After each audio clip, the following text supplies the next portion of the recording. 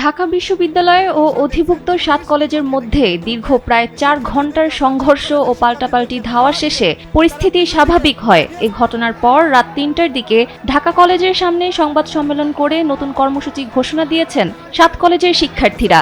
সোমবার সকাল ৯টা থেকে বিকেল ৫টা পর্যন্ত অনির্দিষ্টকালের জন্য অবরোধ কর্মসূচি ঘোষণা দিয়েছেন শিক্ষার্থীরা।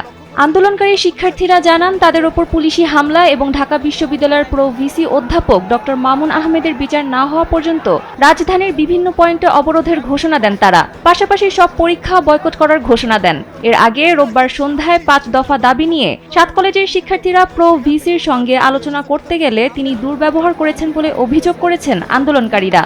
এমন অভিযোগে সন্ধ্যা ৬টার দিকে সায়েন্স ল্যাবরেটরি মোড় অবরোধ করেন তারা। এ সময় প্রো ভিসি ডক্টর মামুন আহমেদকে ক্ষমা চাওয়ার জন্য সময় বেঁধে দেন শিক্ষার্থীরা। তাতে সাড়া না পেয়ে রাত ১১টার দিকে ঢাকা বিশ্ববিদ্যালয়ের এলাকায় প্রো ভিসির বাসভবন ঘেরাও করার ঘোষণা দিয়ে মিছিল নিয়ে অগ্রসর হন ৭ কলেজের শিক্ষার্থীরা। অন্যদিকে বিশ্ববিদ্যালয়ের প্রবেশমুখে স্যার এ.এফ. রহমান হলের সামনে ঢাবি শিক্ষার্থীরা লাঠি নিয়ে অবস্থান নেন। এক পর্যায়ে উভয় পক্ষের মধ্যে পাল্টাপাল্টি ধাওয়া শুরু হয়।